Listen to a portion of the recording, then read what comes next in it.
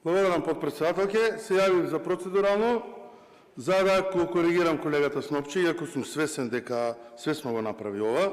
Имено, врз основа на член 38, став 1, пратеникот има право на член на влада, на председател на влада, да постави прашање на други носители на јавни функции, прашање што се однесуваат на нивната работа или работа од нивната надлежност. Господин Основче, иако е еден од креаторите на овој деловник со нас, и жал ми е кога некој од тие луѓе кои што работеа на овој деловник го злоупотребуваат институтот пратенички прашања, кој што е единствената алатка во која што опозицијата може да го каже својот став, да побара мислење од член на влада или министер. Денеска цел ден го имаше вице-премиерот и министерот за транспорт и врски тука и прашањето не го поставува до него затоа што знае што одговор ќе добие и затоа го извртува прашањето, поставува некои дилеми во трајање од 8 минути, за во 2 минути истото прашање да го постави за министерот за надворешни работи и тој да каже дали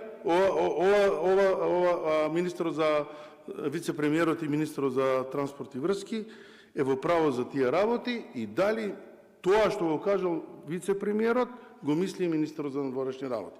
Колега Снопче, класична злоупотреба на институтот пратенички прашања. Знам дека свесно го правите ова, знам дека свесно побаравте писмени одговори и знам дека ова ви е само единствена причина да направите еден рилс или на Фейсбук да се пофалите со она што го поставите, затоа што не го постигнувате крајниот ефект. Поставете ги прашањата, еве да дозволиме да ви одговори министерот, вице-премиерот и министерот за транспорт и врски, ќе ги добиете сите прашања кои што ги поставувате.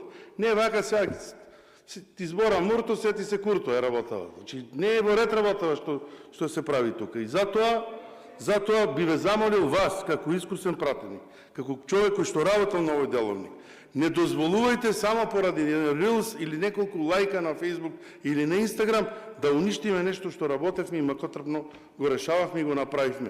Сметам дека направивме нешто за сите пратеници, меѓутоа со вакви потези злоупотребуваме и не го добиваме крајниот ефект кој што сакаме сите заедно да го добиеме. Без оглед дали сме сега во опозиција или на власт. Ова кога го правевме со една цел, да важи за сите пратеници. А вие сега го злоупотребувате.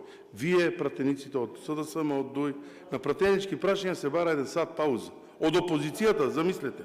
Затоа ве замолувам, иако сте пратеник кој што викате дека не поставува прашања, ама просечно на секоја седница вие поставувате само прашања, не другите пратеници, немојте да го злоупотребувате овој деловник или па во најмала рака поставете го прашањето директно за да можат да ви одговорат. Еве вице-премиерот е тука, стои на располагање.